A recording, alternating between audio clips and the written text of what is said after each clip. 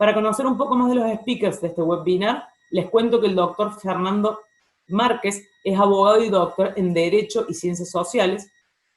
Además, cuenta con el honor de ser académico de número de la Academia Nacional de Derecho y Ciencias Sociales de Córdoba. Es profesor titular por concurso de la Cátedra de Derecho Privado 7, Derecho de Daños, de la Universidad Nacional de Córdoba, y profesor titular por concurso de la Cátedra de Derecho Civil 2 de la Facultad de Derecho de la Universidad Católica de Córdoba. Además de ser docente de posgrado en la Maestría de Derecho Procesal de la Universidad Empresarial del Siglo XX. Aníbal Pardini es abogado y posee un máster en asesoramiento jurídico de empresas por la Universidad Austral. Es especialista en Derecho Informático y en Derecho Empresario y profesor de grado y de posgrado en distintas universidades como la Universidad Nacional de Córdoba, la Universidad Católica de Córdoba y la Universidad Empresarial del Siglo XXI. Desde hace muchos años se desempeña como consultor y asesor legal en procesos de transformación digital y trabaja para Encode S.A. Aníbal tuvo a su cargo importantes proyectos de implementación de firma digital para el sector público, como el Gobierno de Córdoba y el Poder Judicial y numerosas empresas del sector privado. Lucas Salim, CEO y fundador del Grupo Proaco, es la desarrollista nacional con más operaciones inmobiliarias y una de las más prestigiosas de Argentina. Lleva 21 proyectos entregados y tiene proyectos vigentes de tierra por 6 millones de metros cuadrados. La empresa es la primera del país en lograr la instrumentación total de sus operaciones inmobiliarias de manera digital. Posee más de 16 años en el negocio del real estate, desarrollando productos para distintos públicos, especializándose en el último tiempo en conceptos de uso mixto. Ahora sí, presentados los speakers, invitamos al doctor Márquez para que nos comparta su presentación. Tengo habilitado el... Sí, muchas gracias. Buenas tardes para todos los que podemos juntarnos a través de estas vías. Agradecido, por supuesto, a Aníbal, quien me acercó a esta reunión, a Encode, y ahora a Proaco, Lucas, a quien no conocía personalmente, y hoy voy a poder compartir este momento. Y en realidad Lucas es digamos que es el responsable de por qué estoy charlando hoy aquí. Porque en realidad el tema del comercio electrónico, pues me voy a referir específicamente a los contratos electrónicos y no a todas las otras implicancias jurídicas que tiene la digitalización de los actos y los hechos y la transmisión a través de las grandes autopistas de la información, de toda esta información digitalizada o electrónica. No voy a ser técnico en esto, si es electrónico o si es digital, los llaman contratos electrónicos, pero en realidad se instrumentan digitalmente. No es el momento ni el lugar para hacer este tipo de discusiones, pero el tema surgió cuando precisamente al comienzo de la pandemia, Proaco saca en un diario, instrumentamos el boleto digital, y yo dije, ¿qué es esto? Me pregunté, ¿qué es esto del boleto digital? En realidad, el tema del e-commerce comienza a tomar volumen a fines del siglo XX, principios del siglo XXI, cuando se abre la Internet al uso civil, una herramienta que había sido diseñada para uso militar, se abre al uso civil y permite esta maravilla de la comunicación sin fronteras y sin tiempos y de cualquier tipo de contenidos. Y en aquella época comenzamos a hacer estudios sobre este tema. El tema se desarrolló, pero se desarrolló en ámbitos muy determinados, ¿no? Y comenzaron, por supuesto, a aparecer los grandes jugadores, Amazon, Mercado Libre en Argentina, eBay o cualquiera de todos los que ustedes conocen, y los bancos comenzaron a digitalizar todos sus procesos, y los supermercados comenzaron a digitalizar sus procesos, por lo menos de ventas. Hay algunos productos, como decían en Amazon, que necesariamente tenés que tener el pie en la tierra porque alguien te lo tiene que entregar, pero hay muchos otros productos que son absolutamente digitalizados. Y también todos los gobiernos comenzaron a regular el tema, no solo los gobiernos estatales, sino además organismos supraestatales como la UNCITRAL, que es una agencia de las Naciones Unidas que tiene por misión tratar de unificar el derecho mercantil internacional, siendo que hoy el mercado es uno solo y que trata de que las reglas sean parecidas para todos. Y en aquella época se dicta la primera ley que se mete en este tema en la Argentina, la ley de firma digital, sobre la cual va a hablar Aníbal, y comienzan a dictarse normas que traten de adaptar esta nueva realidad, que es una realidad intangible, un lenguaje diferente, un lenguaje binario, numérico binario, eh, eh, dentro de reglas y leyes que estaban hechas para regular modos de expresión de voluntad escritas y en papel. Y esto no fue fácil porque había que adaptar las reglas o dictar reglas nuevas. Y la verdad es que se dictó esa ley de firma digital por allí, por el 2001, y luego no se dictaron nuevas reglas jurídicas hasta el Código Civil y Comercial que comenzó a regir hace 5 años. Cuando volvimos sobre el tema, dijimos, ¿pero qué es esto? ¿Es válido lo que se está haciendo?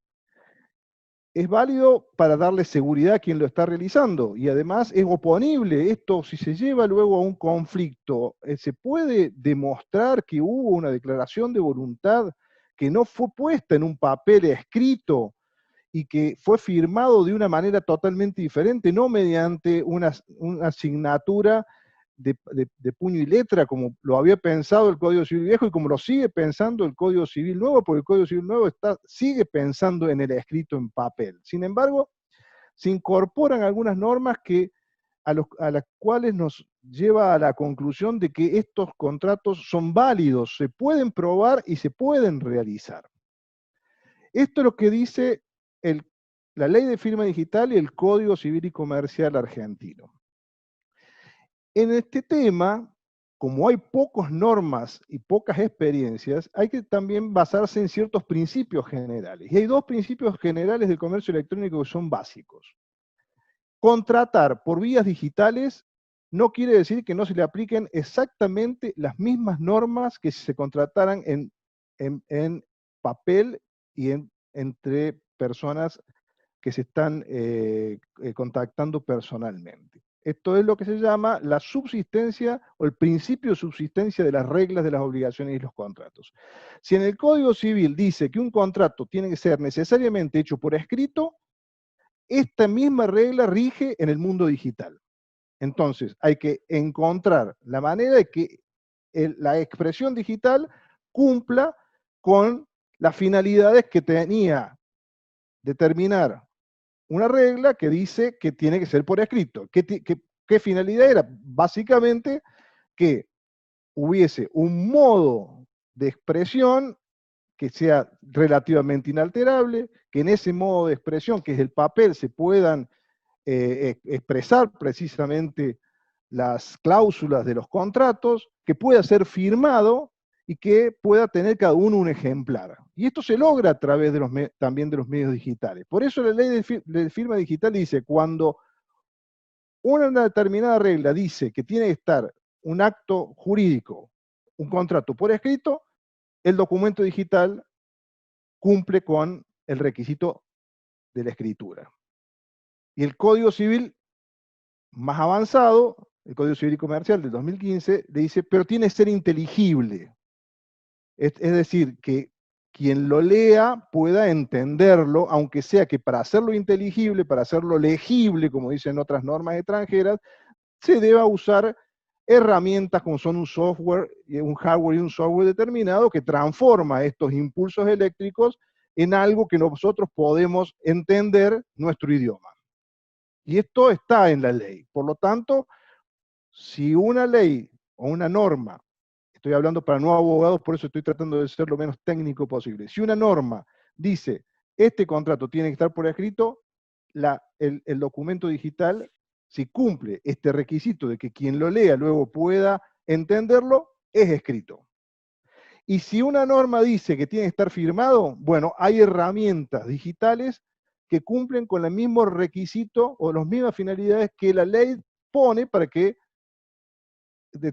cuando determina que tiene que estar firmado, que es atribuirle a una persona la declaración de quererse querer contratar con otra. El problema que cuando está firmado, y vamos a ver cuándo está firmado o no está firmado, Proaco, entiendo, no voy a hablar de la experiencia Proaco porque no conozco los procesos contractuales, y los llamo procesos porque creo que en el tema de comercio electrónico es todo un proceso, porque además está cruzado por normas de defensa del consumidor, que toma al proceso de contratación, también lo es en los contratos entre particulares, pero con mucho mayor énfasis en contratos con consumidores, toma el proceso de contratación desde que hago la publicidad hasta que termino el contrato. Y la publicidad forma parte del contrato, y si está en forma digital, también forma parte del contrato. Y luego vendrá la oferta, que podrá ser hecha a través de una página web, por ejemplo. Me imagino que esta es la manera en que Proaco lo hace. Muestra el producto y allí dice, yo lo vendo a este precio, y esto es una oferta que luego tendrá que ser aceptada como en cualquier otro contrato por quien quiera comprar.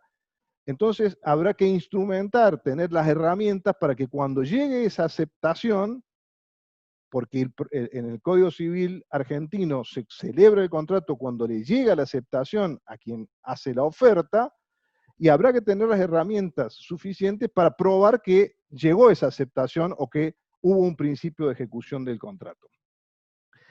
Cuando está firmado, de qué es lo que va a hablar Aníbal, los problemas son menores, y ya va a hablar Aníbal. El problema es cuando no está firmado, porque hay muchas empresas, Lucas, que se han unido a esta, y no lo hacen a través de una plataforma tan sofisticado.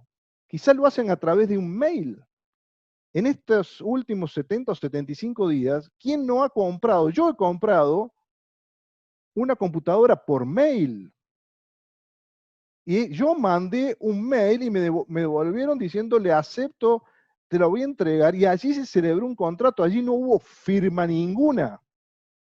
No hubo firma digital. Entonces la pregunta dijimos, ¿pero dónde está? ¿Es válido? Claro que es válido, porque el Código Civil y Comercial distingue entre los instrumentos particulares. Si se hace por instrumento público es todo otro tema, absolutamente diferente, pero entre los instrumentos particulares, esto es donde no interviene un funcionario público o un escribano público, cuando no está firmado lo llama instrumento particular no firmado.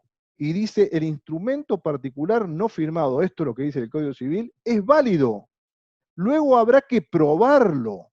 ¿Y cómo se prueba? Bueno, habrá que ver las circunstancias en las que se contrató, cuáles eran los usos y costumbres, cuáles son las herramientas técnicas que se le pueden acercar a quien deba interpretar si hubo o no contrato, para probar efectivamente que hubo ese intercambio de voluntades a través de redes, sea a través de WhatsApp, sea a través, ya estamos usando WhatsApp para notificar judicialmente. Cuando, fíjense a lo que hemos llegado. ¿Quién iba a pensar hace unos años que iba a ser válida una notificación por WhatsApp? Bueno, como van quedando nada más que 3 minutos, voy a ir concretando. Volvimos a los viejos estudios de principios del siglo XX, lo volvimos a trabajar, volvimos a hablar mucho con Aníbal, volvimos a intercambiar muchas ideas, y llegamos a la conclusión de que estos contratos son válidos, son oponibles, tienen existencia jurídica, pueden ser cumplidos, pueden ser, mejor dicho, pueden ser ejecutados en el caso de no cumplimiento. Puede probarse su existencia, no es tan difícil. El proceso, desde mi punto de vista, es irreversible por muchos motivos, pero principalmente por una cuestión de practicidad, por una cuestión de economías de mercado, por una cuestión de que lo digital ha llegado para instalarse. Por eso yo celebro esta reunión con ustedes, porque, bueno, primero porque ahora voy a conocer cómo es el proceso Proaco.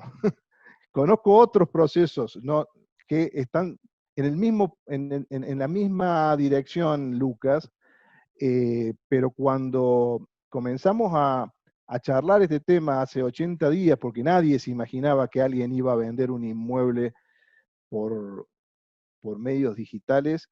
Luego de mucho pensarlo y escribirlo y redactarlo y exponerlo en congresos, incluso que se hicieron en estos 80 días, llegamos a la conclusión de que eh, los contratos electrónicos sobre inmuebles son posibles. Dependerá, por supuesto, de la tecnología que cada una de las empresas pueda utilizar para asegurar la autenticidad de quienes están poniéndose en contacto y la integridad de las cláusulas contractuales que se han acordado entre las partes. Esta es mi conclusión, por lo menos esta conclusión eh, parcial hasta ahora. Luego, si hay preguntas, lo podemos ampliar, pero he cumplido con mis 15 minutos exactos. Muchas gracias. Muchas gracias, doctor Márquez. Bueno, antes de darle la palabra al abogado Pardini, recordarles que tenemos un espacio de preguntas al finalizar el webinar, así que si quieren ir compartiendo sus preguntas por el chat del grupo de Zoom, bienvenidos. Al finalizar, si me indican a quién quieren hacerle la pregunta, las vamos a estar haciendo para que les puedan responder. Ahora sí, Pardini, adelante. ¿Qué tal? ¿Cómo están? Buenas tardes. Yo también quiero agradecer a Lucas, que ha predispuesto este espacio para que podamos compartir ni más ni menos que una experiencia, que espero que sea una de tantas, en estos procesos de transformación digital a los cuales nos vimos expuestos, enfrentados, pero no por eso el de Proaco puntualmente no ha sido meditado y arreglado a derecho, ¿sí? Yo sí he tenido oportunidad de ver cómo es el procedimiento. En esto tengo un poquito más de ventaja. Y básicamente yo voy a referirme en estos 15 minutos a una herramienta que sí ha posibilitado satisfacer algo que para el derecho siempre ha sido un escollo a sortear en los ámbitos digitales o virtuales, ¿sí? La tecnología ha estado diseñada para conectar, ¿sí? Para conectar usuarios, pero el derecho lo que necesita, yo voy a hablar, asumo que no hay muchos abogados, así que mi lenguaje va a tratar de ser lo más coloquial posible, pero cuando yo necesito demandar a una persona, no a un usuario. Y para eso se ha creado desde hace tiempo un par de herramientas que nuestra legislación ha adoptado, y una de ellas es la firma digital, otra de ellas es el documento electrónico, ¿sí? Básicamente, yo tengo acá una presentación que le voy a pedir a Nicolás, si podemos ir exactamente, vamos pasando slide. Me di el lujo de tener un asistente también en esta. Esto es básicamente lo que ha permitido el derecho vinculado a la tecnología. Crear un sustituto de la firma hológrafa, de la firma manuscrita que venimos estampando en nuestros boletos, en nuestros negocios jurídicos en general, y ha permitido que esto también sea oponible a terceros, ¿sí? Con un par de cuestiones extra, un par de presunciones. Estas presunciones son la de autoría, la de integridad y la inversión de la carga de la prueba, que lleva a quien desconozca la firma digital insertada en un documento digital, sigamos Nico, por favor, que tenga que correr ni más ni menos que con la carga de la prueba. Vamos a la próxima. No quiere decir, como bien lo sostuvo el doctor Márquez, que los contratos solamente tengan que estar firmados digitalmente. Cuando el código establece la obligación de que sean firmados, ese escollo sí, o esa exigencia sí se satisface con firma digital, como lo dice el artículo 288. Esto nos da mucha previsibilidad, pero en el caso en el que los documentos no se encuentran firmados, el juez no desecha esa prueba, pero sí lo va a aprobar de acuerdo a esta regla, que es la que trae el artículo 319. ¿Qué ocurre? Es mucho más problemático y para las partes, en realidad, necesitan valerse de muchos más elementos para llevar a juicio eventualmente un documento electrónico que carezca de firma digital, ¿sí? Se va a poder probar el negocio y demás, pero lo cierto es que cuando hay un acto que requiere firma, este requisito sí se satisface con la utilización de la firma digital. Vamos al próximo slide, por favor. Esto es, y sigamos adelantando, este es el esquema que hace un rato nos planteó de manera muy clara el doctor Márquez, en la cual la expresión escrita se da a través de instrumentos particulares, algunos de ellos firmados y otros de ellos no firmados. Siempre vamos a hablar de documentos digitales, ¿sí? El tema es justamente con qué versatilidad, o mejor dicho, con qué facilidad, perdón, lo llevamos a juicio, y con qué valor podemos llevarlo a juicio o anticipar cuál puede llegar a ser el resultado. Esto no ha sido un proceso inmediato y ha transcurrido desde la sanción de la ley en el año 2001, vamos pasándolo porque esto es solamente para refrescar cuál ha sido este íter, este caminito, desde la sanción de la ley en el año 2001 a hoy, hay un escenario de unas 400 normas que han modificado el régimen de una u otra manera, no de manera drástica, pero yo quise resumir en estas 3 fotografías cuáles eran los hitos que había tenido este régimen de firma digital. Sigamos.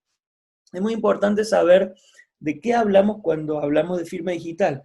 Si yo les mostrara cómo figura una firma digital, es simplemente, esto se hace a través de una operación muy sencilla, clic derecho, firmar, ingresar un código sobre un PDF y automáticamente queda estampada la firma digital, que no se visualiza como el garabato que nosotros habitualmente estampamos a través de la firma hológrafa, sino como un sello, ¿sí?, que está en el documento, un sello interactivo, el cual se puede probar pasando el mouse y viendo que se despliega un menú en el cual puede validarse la firma. Es una herramienta, como les digo, que camina sobre 2 patas, una jurídica y una tecnológica, ¿sí? Es una herramienta que solamente puede ser predispuesta por determinados actores en el mercado. Estos actores en el mercado argentino se denominan certificadores licenciados, y uno de ellos es la empresa Encode, ¿sí?, que es con quien hemos tenido, digamos, esta posibilidad de hacer en conjunto, o mejor dicho, de dar firma digital para que la gente de Proaco pueda llevar adelante esta transformación digital. Esta firma es una herramienta tecnológica y jurídica que permite identificar al autor del documento, asegurar la integridad del contenido y por lo tanto hacerlo oponible. Esta posibilidad de hacerlo oponible, junto a la inversión de la carga de la prueba, hace que sea una herramienta muy poderosa, es decir, se asemeja en cuanto a la dinámica procesal solamente a los instrumentos que cuentan con una firma certificada por escribano. Digo en cuanto a la dinámica procesal porque es quien niega, quien corre con la carga probatoria. También estos documentos cumplen con la posibilidad de ser conservados, mejor dicho, con la obligación de ser conservados, lo cual también les da digamos, esta garantía de satisfacción de un requerimiento legal, ¿sí? Sigamos, por favor. Esta es la gran pregunta, ¿qué puede firmarse digitalmente? Porque la pregunta que se hizo Proaco es, che, pero nosotros a los boletos podemos firmarlos digitalmente. Bien, ellos tenían muy claro este escenario. ¿Qué se puede firmar y qué no se puede firmar? Hay actos que no requieren firma. Yo puse 2 ejemplos, transporte y remate. Yo puedo subirme al ómnibus o la tarjeta sobre el lector y automáticamente celebré un contrato de transporte sin firmar nada. Después, en esta evolución normativa, la ley de firma digital originaria, la 25506, permitía firmar una serie de documentos con exclusiones de 4 tipos. Las exclusiones no vienen al caso, pero yo voy a hacer un vuelo rasante, eran actos mortis causa, es decir, causados por la muerte, testamentos y legados, actos personalísimos, actos que tenían su origen en el derecho de familia, y algunos actos que tenían incompatibilidad de formas. Se suma una quinta categoría que no está en el articulado, y es que las partes expresamente digan no vamos a firmar este tipo de actos. Esta ley, la 27466, deroga estas 4 exclusiones y ahora dice, esto también se puede firmar digitalmente. Quedaban afuera los recibos de sueldo digitales, porque se podían firmar, pero además requerían una autorización estatal. Pues bien, la resolución del Ministerio de Producción y Trabajo 346 del año 2019 dice, mire, usted puede firmar los recibos de sueldo digitales aún sin autorización. Bien, fírmelos, lo único que tiene que cumplir es con el respeto a los derechos del trabajador conforme a la ley de contrato de trabajo. Vamos al próximo, por favor. ¿Cómo se obtiene un certificado digital? A ver, ¿qué fuimos repasando? Había una necesidad, el derecho adoptó cuestiones tecnológicas para llenar ese vacío, empezó la operatoria, el régimen de firma digital fue evolucionando, fue ampliando su ámbito de aplicación, vemos que los contratos entre partes son una categoría que desde el inicio estuvo prevista en la ley de firma digital, y ahora lo interesante es, ya calculo que todo el mundo va a querer firmar digitalmente, cómo obtener este certificado de firma digital. Pues bien, esto que planteo yo es para cualquiera de los certificadores licenciados que generalmente tienen estos 4 pasos. Evidentemente cada empresa, firma digital es servicio, es decir, cada empresa es la que tiene puesto su interés en facilitarle el acceso al usuario y además brindar una contención una vez que el usuario tenga la firma digital, pero básicamente podemos ver que son 4 pasos. El primero de ellos es ingresar a un sitio de un certificador licenciado. Uno puede poner certificadores licenciados Argentina en Google, le tira el listado. Yo recomiendo que entren a Encode, pero bueno, encodesa.com.ar, uno ingresa al sitio, completa un formulario, genera claves. Esto funciona con 2 claves. Uno va a ser un PIN que uno tiene que ingresar como si fuera un cajero automático. Hay una instancia de identificación, uno tiene que ir a identificarse a un punto determinado o lo visita un oficial de registro para identificarlo, se descarga e instala el certificado, y este certificado puede descargarse e instalarse en 2 repositorios diferentes, según sea Encode o no el certificador. Y esto sí tiene que ver no con una cuestión comercial, sino jurídica. Si uno contrata un certificador licenciado que no sea Encode, solo va a poder descargarlo en token o en otro dispositivo de hardware. En cambio, si opta por Encode, tiene 2 posibilidades. Puede descargarlo en su computadora, porque es el módulo de software, la firma digital, o puede tenerlo en un token para poder firmar digitalmente desde ese dispositivo. Estos son, básicamente, a vuelo rasante, cómo funciona la firma digital, cuál es el valor jurídico asignado y cuál es un poco el escenario. El doctor Márquez habló de los contratos en general y yo traté de referirme solamente a aquellos que requieran firma, ¿sí? Cuál es, en cierto modo, la dinámica probatoria y cómo se obtiene un certificado digital. Esta charla, voy a aprovechar que me debe quedar 1 minuto y medio. Esta charla en general demora mucho más, pero hemos tratado de llevarlo a un nivel de exposición y de entendimiento de un usuario final, de alguien que tenga que evaluar la necesidad o no de empezar a transitar este camino de transformación digital que coincido con el doctor Márquez, y también Lucas ya lo está vivenciando, vino para quedarse, y lo bueno de esto es que hay herramientas, tanto tecnológicas como jurídicas, que no son solamente un equivalente funcional, sino que aportan mayores garantías y seguridades, tal vez, que lo que estamos acostumbrados nosotros a utilizar, es decir, el papel y la firma hológrafa. Con lo cual, hay que hacer solamente una evaluación del medio que se está utilizando. La legislación está, la legislación es clara, y bueno, solamente animarse. Nuevamente yo agradezco la invitación al doctor Márquez también, que me haya acompañado en esto. Es un profesional destacadísimo en el ámbito nacional, y bueno, y Lucas es el primer empresario que se ha dado cuenta, que ha visto que por acá pasa la cuestión de los próximos años. Muchas gracias. Gracias, Aníbal. Bueno, ahora sí, y gracias por cumplir el tiempo, además. Estaba so pena. Sí, fue un esfuerzo. Impecable, ambos, impecables. Bueno, ahora sí, Lucas, si querés. Lucas Salim, sí, fundador del Grupo Proaco, nos va a compartir la experiencia del Grupo Proaco en esto de la transformación digital. Es la primera empresa desarrollista del país en sumarse a esta transformación digital, no solo de implementar el boleto de compra-venta digital, sino ir varios pasos más allá. Así que bueno, Lucas, adelante. Gracias, Ceci. Buenas tardes a todos los que nos acompañan. Gracias al doctor Fernando, al doctor Aníbal, por sumarse a esta iniciativa.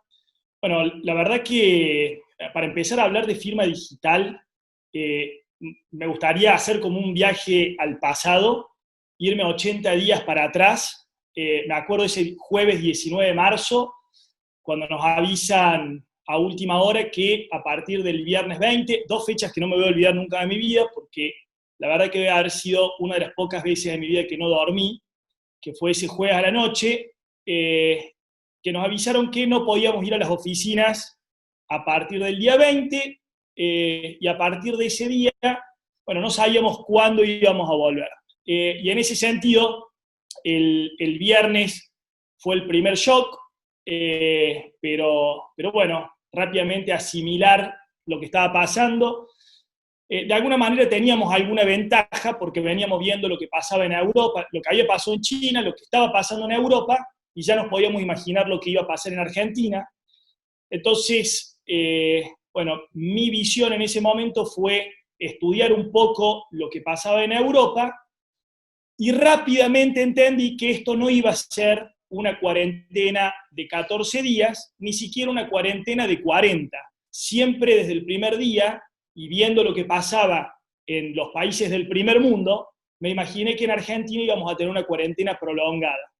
Y entonces rápidamente entendí que teníamos que buscar una solución. De ninguna manera quedarnos sentados esperando que llegara una solución mágica, una vacuna o algo que nos iba a venir a solucionar y que íbamos a poder volver a las oficinas como si nada hubiera pasado. La verdad que no estaba dentro de mi capacidad de razonar.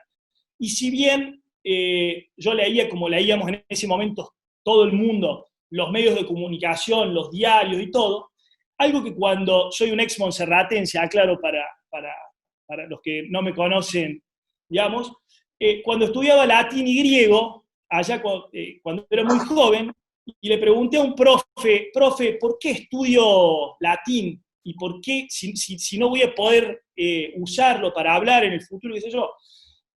Nosotros enseñamos latín en el Montserrat porque lo que queremos es enseñar a razonar. Y la verdad que, por suerte, esa experiencia hace que los medios pueden estar diciendo una cosa, los empresarios pueden estar diciendo otra, los periodistas otra, pero en mi caso particular, trato de usar la capacidad de razonar que tenemos los seres humanos para tomar las decisiones. Y entonces en esa capacidad de supervivencia que tenemos los seres humanos, aparte del razonamiento, entendí que teníamos que buscar una solución. Y un poco por necesidad y un poco por visión, nos dimos cuenta que los ingresos en nuestro sector, en el sector inmobiliario, llegan en la medida que podamos firmarle el boleto de compra-venta al comprador. O sea, nosotros cuando vendemos una propiedad en una reserva de compra, un cliente puede pagar un 5%, un 3% del monto de la propiedad.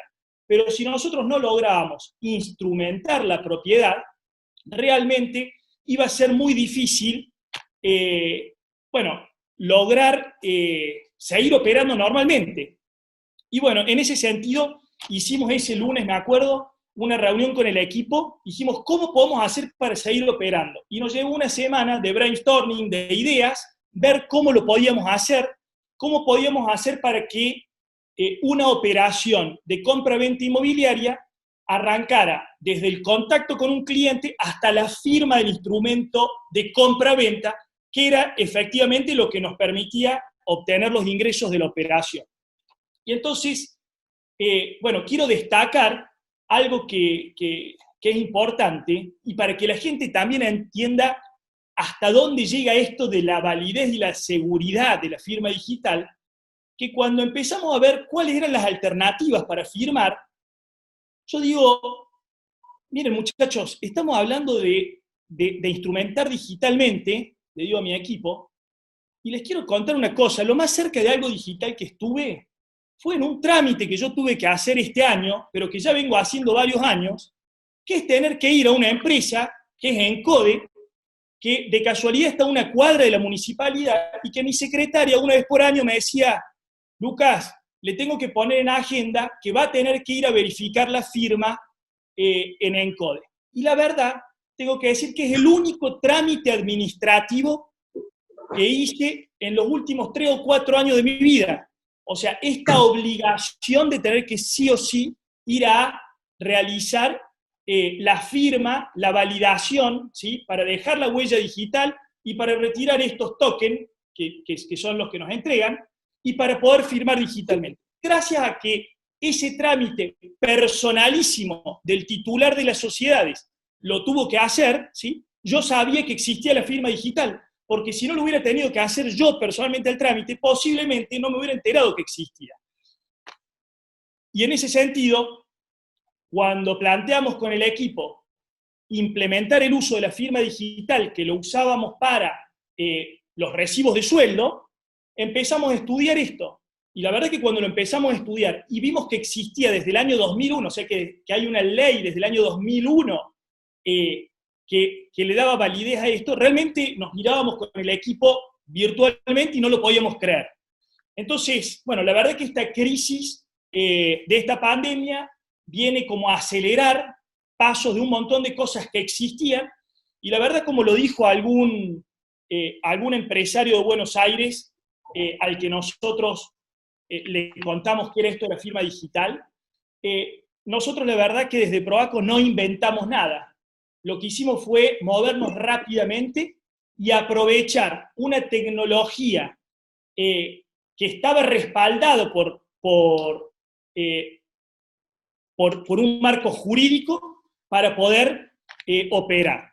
Y bueno, y en ese sentido, cuando empezamos a hacer los primeros instrumentos digitalmente, y empezamos a poder firmar, y empezamos a poder cobrarle a los clientes, y vimos que nuestros clientes entendían qué era esto de la firma digital, bueno, nos dimos cuenta que habíamos encontrado realmente algo que podía ser muy potente para adelante.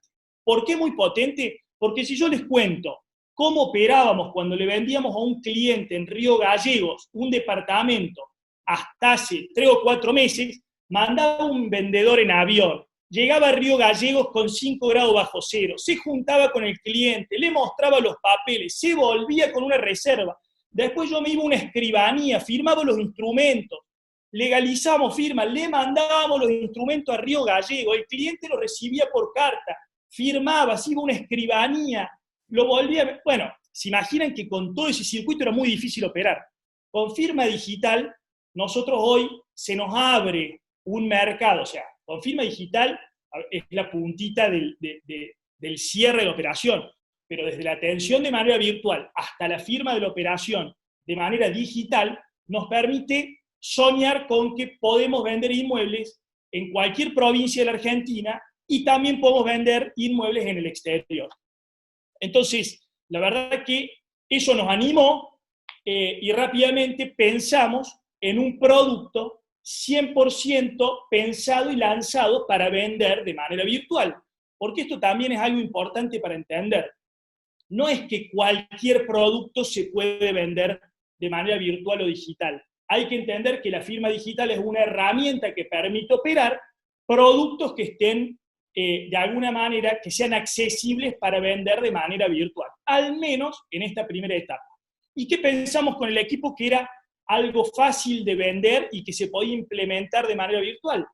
Era un parking, porque la verdad es que un parking se puede vender perfectamente de manera virtual. Una cochera el cliente no necesita verla, ¿sí? La ubicación es se puede ver perfectamente en Google Maps o en cualquier presentación comercial. Y entonces preparamos el producto Pocito Parking y lo lanzamos virtualmente y fue el primer producto presentado y vendido de manera digital. Y la verdad es que de esto pasaron 30 días y hoy puedo decir que hemos vendido el 100% de los productos que habíamos asignado para vender de ese proyecto y 100% de manera digital y virtual. Así que por esto quiero decir que el entusiasmo de allá de los comienzos, de que habíamos tenido un producto que nos permitía operar, bueno, hoy se traduce en operaciones concretas y eso nos animó a ir por más. Y entonces lanzamos un nuevo distrito de Docta que se llama Docta Parque y ya estamos operando. En Docta Parque, nosotros la verdad que tenemos una plataforma, ¿sí? Una plataforma que se llama Ciberlotes, que la habíamos implementado hace 2 años, cuando ya veíamos que en algún momento la venta inmobiliaria también iba a pasar por el mundo virtual. Pero la verdad que tenía que llegar una pandemia como esta para que la gente se animara, que tuviera el tiempo y se amigara con las tecnologías para realmente ver que puede hacer la operación 100% online. Entonces una herramienta, una plataforma que nosotros teníamos prevista para operar 100% digital desde hace 2 años, ¿sí?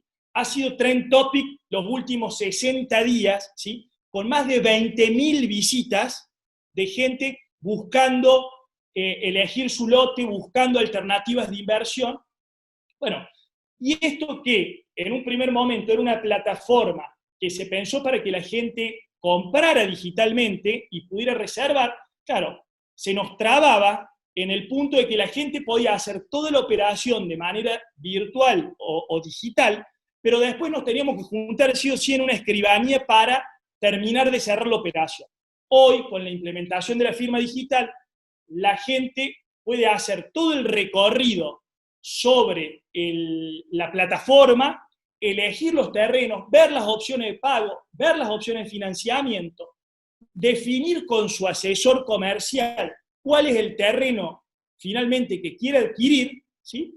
Y se puede hacer una reserva de manera digital y después le implementamos el boleto de compra-venta de manera digital y firmado. Así que prácticamente pues una operación sin verse cara a cara de un inmueble. Algo que hasta hace 4, 5, 6 meses atrás pensábamos que faltaban años para que pase, nos encontramos con que se ha podido operar normalmente. En ese sentido, quiero agregar que lo de la firma digital no es un desarrollo de Córdoba, ¿sí? Y veo que tengo gente conocida de otras provincias que nos están acompañando hoy, y que muchos me consultaban, che, pero me sumo, mirá que acá en Córdoba nosotros no tenemos, perdón, acá en Neuquén no tengo firma digital, o acá, bueno, en realidad esto está bueno aclarar que la ley de firma digital, y después me va a corregir Aníbal o Fernando, rige para toda la Argentina. Así que, bueno, y por último, no sé cómo vengo de tiempo, porque a mí, sí, acá está, 1 minuto y medio para cerrar. Por último, ¿sí? Y aparte que estos fueron 80 días, pero sinceramente en mi vida parece que hubiera pasado, no sé, 70 años, porque esto tiene que ver también con la velocidad que tiene el mundo de la tecnología. Y en ese sentido, cuando empezamos a ver que un montón de inmobiliarias decían que no podían operar porque no podían mostrar una propiedad, porque no podían ir a lo de un cliente, porque no podían asesorar a sus clientes, vimos que había una oportunidad. Nosotros teníamos la plataforma, nosotros teníamos la forma de operar, nosotros teníamos la forma de instrumentar, y teníamos muchas inmobiliarias que estaban imposibilitadas de asesorar a sus clientes o de atender a sus clientes. Y entonces armamos una nueva unidad de negocios de la empresa que se llama Broker Digital, que es un esquema asociativo que lo hicimos todo de manera virtual, o sea, con las 15 inmobiliarias de Córdoba que hemos hecho Broker Digital, hicimos las reuniones de manera virtual, les preparamos los tutoriales de todos los productos de manera virtual, preparamos tutoriales de firma digital de manera virtual, los capacitamos durante 2 semanas, todo virtualmente, y hace 30 días ya salieron esas 15 inmobiliarias a poder operar. Si todos leyeron los diarios y vieron el informe del Colegio Inmobiliario, pueden haber visto que en abril las inmobiliarias vendieron un 95% menos en Córdoba. Ya les puedo anunciar yo que en Córdoba esos números van a cambiar significativamente, porque solo esas inmobiliarias que trabajaron broker digital con Proaco han podido hacer 50 operaciones gracias a haberse sumado a broker digital. Así que bueno, esto sinceramente queríamos compartirlo, porque desde el primer momento, cuando destrabamos esta operatoria y esta forma de trabajar, entendimos que para que el negocio inmobiliario funcione y para que nuestro país funcione, necesitamos que muchas empresas como Proaco puedan estar operando. Como no tenemos crédito hipotecario en la Argentina, normalmente una operación inmobiliaria viene de la mano de alguna otra operación inmobiliaria. O sea, hizo falta que alguien venda una propiedad para que le dé la plata a los hijos, o para que preste, ¿sí? Entonces, nosotros necesitamos que todo el mercado inmobiliario le vaya bien, esté operando, para que a nosotros también nos vaya bien. Y en ese sentido, salimos a poner el granito de arena, como lo estamos haciendo hoy, tratando de contar a la mayor cantidad de gente posible que se puede operar, que es seguro y que es una herramienta muy válida y una oportunidad para toda nuestra actividad en general. Así que no me quiero pasar, Ceci, porque también quiero cumplir los 15 minutos y quedo a disposición si hay alguna pregunta. Muchas gracias. Bueno, muchas gracias, Lucas. Acá contarles que somos más de 100 personas siguiendo este vivo, así que estamos muy contentos, tanto por Zoom como por Facebook Live.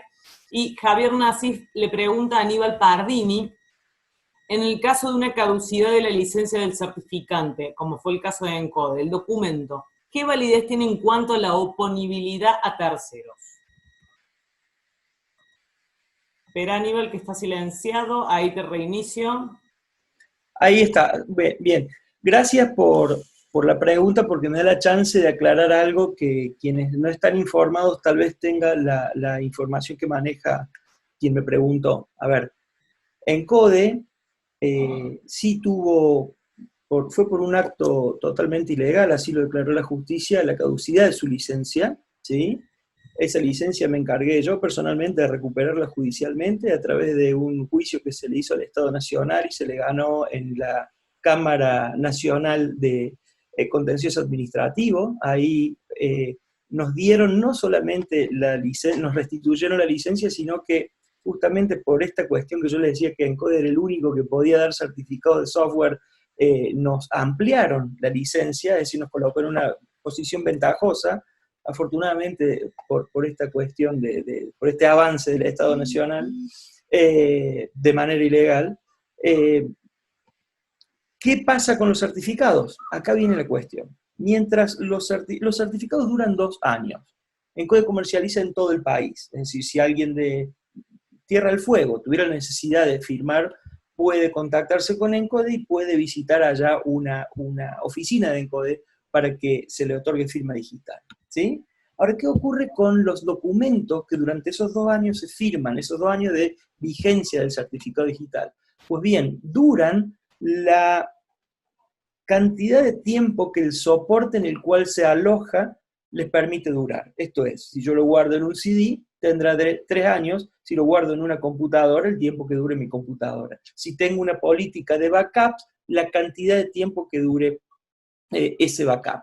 Es decir, la duración del documento firmado digitalmente es independiente.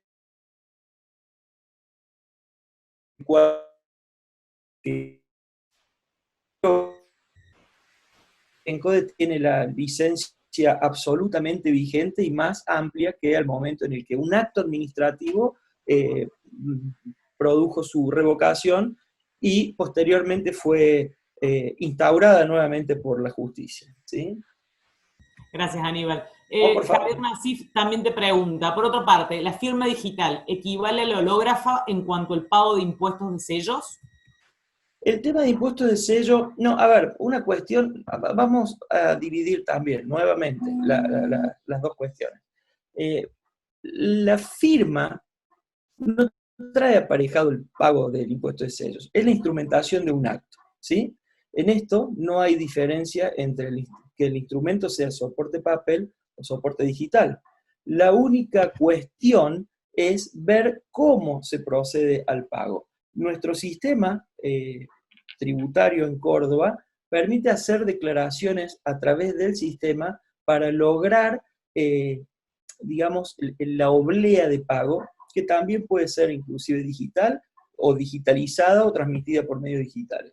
Con lo cual esta cuestión es de operatoria, no tiene que ver con la esencia en sí de la firma. La firma no tiene el mismo valor.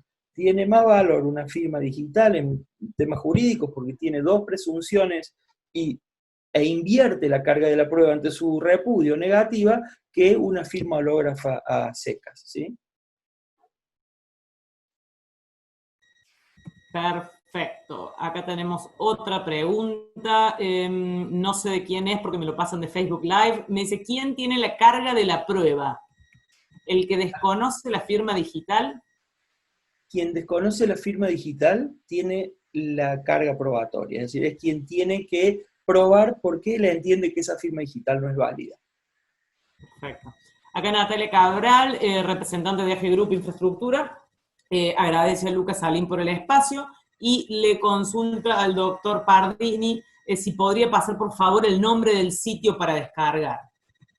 www.encodesa.com.ar. Genial. Y Gustavo Tablado nos pregunta, ¿qué constancia queda de que yo como comprador acepté? Bien, esa es para Lucas. Hay distintos esquemas, ¿sí? Yo sí lo puedo responder desde lo jurídico. Hay distintos esquemas confirmatorios del acto, ¿sí? De la manera de aceptar. Puede firmarse digitalmente o puede, a través de otro acto que las partes previamente acuerdan, manifestarse esa aceptación. Si querés, si te amplío. A ver, podríamos haber cambiado nuestro formato de contrato, como bien lo dice Aníbal, transformando el boleto de compra-venta en una oferta, ¿sí?, de compra del cliente y nosotros aceptándole esa oferta de compra con firma digital, es una opción, pero nosotros optamos porque, y eso de alguna manera lo validé con algunos colegas inmobiliarios desarrollistas. En la historia en particular, tengo 20 años vendiendo inmuebles en Córdoba y nunca me pasó que un cliente me niegue que me compró un departamento o que me compró un lote, ¿sí? O sea, el hecho que un comprador niegue que firmó un boleto de compraventa o niegue que compró, la verdad que no me pasó a mí, pero como no hay que tomar como propias las situaciones, lo consulté con todos los colegas desarrolladores de la Cámara, con los que tuve una reunión, y les consulté si alguna vez habían tenido a alguien que les desconozca, y en ese caso tengo colegas desarrollistas que tienen 30 o 40 años en el negocio, y jamás a ninguno un comprador le había desconocido nunca una compra. Entonces, ahí es donde viene cuál es la importancia de la firma del comprador. En realidad, a priori, la firma que realmente importa es del vendedor, es quien compromete en venta, quien se compromete a entregar. No obstante eso, nosotros lo que hemos hecho es que en los instrumentos firmo digitalmente los instrumentos, se lo enviamos al cliente, ¿sí?, una vez que ya había tenido una revisión, tiene una revisión previa, nos manda la conformidad, nosotros firmamos digitalmente, se lo enviamos y siempre tiene que pagar dentro de las 48 horas del envío del instrumento. Entonces, de alguna manera, el instrumento queda firmado de parte nuestra y confirmado mediante el pago por parte del comprador. Esa es la forma que a priori nosotros le hemos encontrado. Indudablemente, esto, en la medida que todo el mundo vaya teniendo su firma digital, yo creo que en muy poco tiempo vamos a encontrarnos firmando digitalmente comprador y vendedor los instrumentos como si lo hiciéramos en una escribanía o algo parecido. Perfecto, muchas gracias, Lucas. Doctor Márquez, tengo una pregunta para usted. Entre los profesionales, tanto abogados como contadores, ¿se ve algún cambio de paradigma en este sentido? ¿Se ve una evolución a avalar los procesos digitales? No soy contador, por lo cual no podría contestar esto, pero todos los procesos que hacen los contadores a nivel impositivo hoy son todos digitales, ¿no? No hay más comunicaciones en papel, ni con la AFIP, ni con rentas, ni con la municipalidad. Es todo bajo clave fiscal, que no es técnicamente, Aníbal, una firma digital, pero bueno, son modos de autenticación que se están utilizando. En los abogados vamos a pasos agigantados hacia allí porque prácticamente en muy poco tiempo, si vamos a ver en las vías judiciales, van a desaparecer el papel.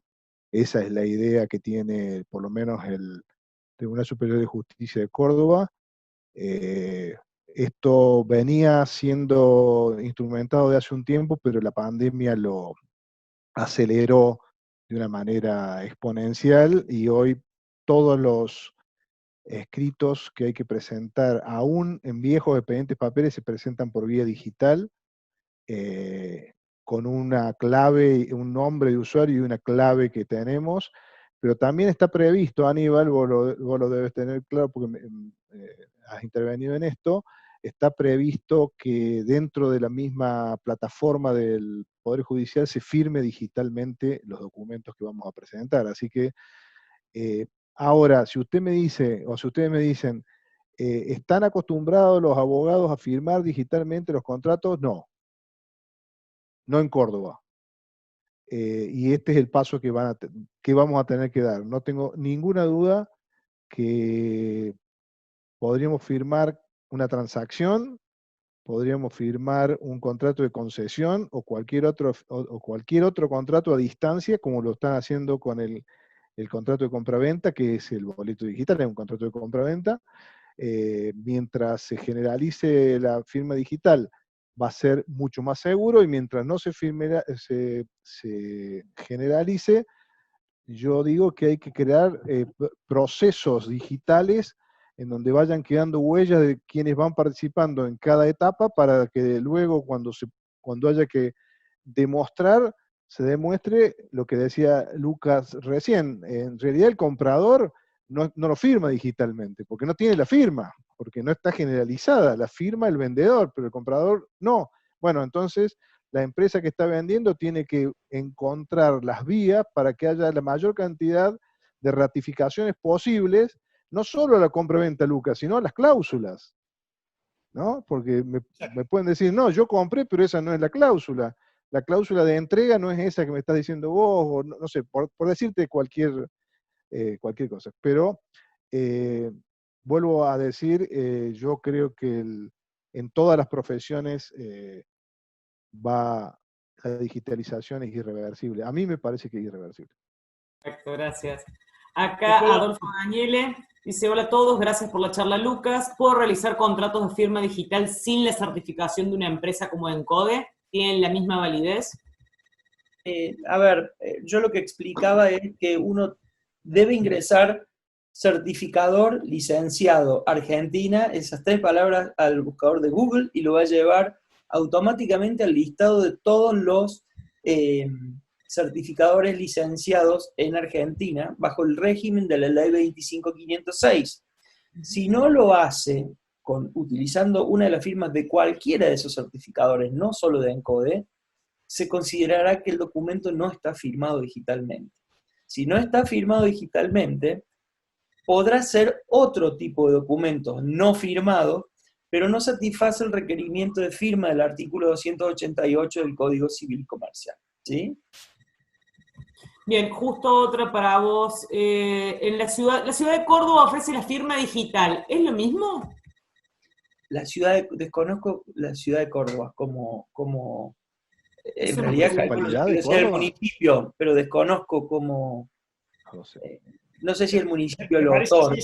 me parece, Ceci, que eso hay una confusión con ciudadano digital, que, Eso que es no, otra cosa. que no Sí, tiene el nada que ciudadano, ver.